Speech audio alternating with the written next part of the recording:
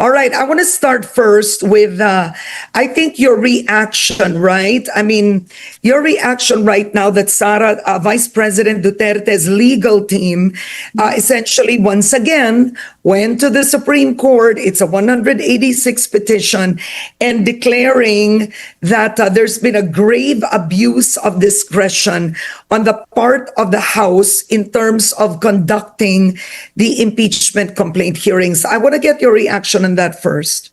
Well, of course, we expected that, and we felt that they were gonna file a petition before the Supreme Court. I mean, she has her lawyers, and it is just natural for the lawyers to exhaust all remedies available to them. And this all right, includes so you filing a expected petition. that. Yes. Now, you did announce, I find this interesting, you did announce that you already see enough votes for a solid impeachment case against the vice president.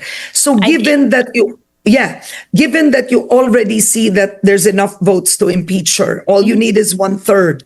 Bilang yun na yun. What do you think should happen next?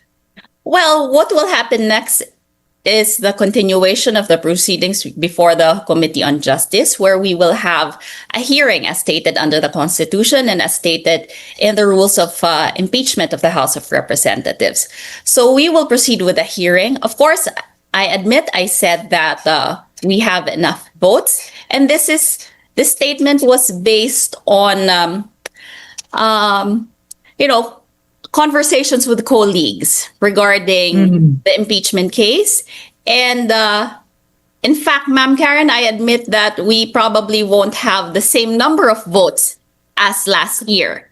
But based on... will they be more? More, or will they be less? I'm not sure. I would think that it would be less, just because... there are concerns by some colleagues about the coming elections, and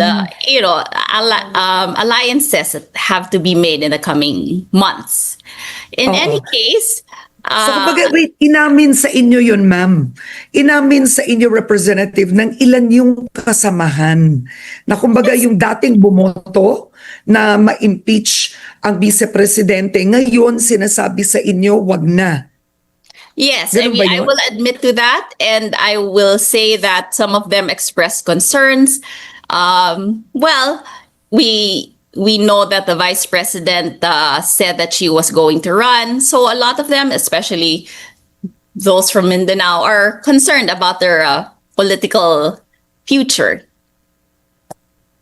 All right. Okay, but they're not concerned that they believe the vice president has to be made accurate where she spent the funds in question right now? Well, that's one of the things that I tell them. I would tell my friends that the issues are in fact the same as those listed or as those alleged in the impeachment complaints last year.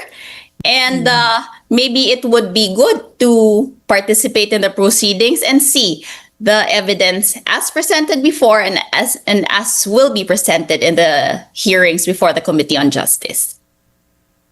Okay, so when you did say that you see enough votes, there's a solid impeachment case, did you imply that already at this point, since it is sufficient in form, substance, and grounds, that it already be brought to the plenary? Not yet. Of course, we will follow the rules on impeachment proceedings, and we will still have to determine probable cause as stated in our rules. And maybe for the understanding of others, what we are doing right now is a preliminary investigation akin to the preliminary investigation in criminal cases. So while we said that it appears that we have the numbers, we still have to go through the process. We still have to vet documents, verify the authenticity. of these documents, especially those attached to the complaint and to the answer, if ever. Oo. All right. Nilinaw rin nga ito ni Representative Luistro na talagang nag-iingat kayo. Nag-iingat siya na masundan ang mga rules.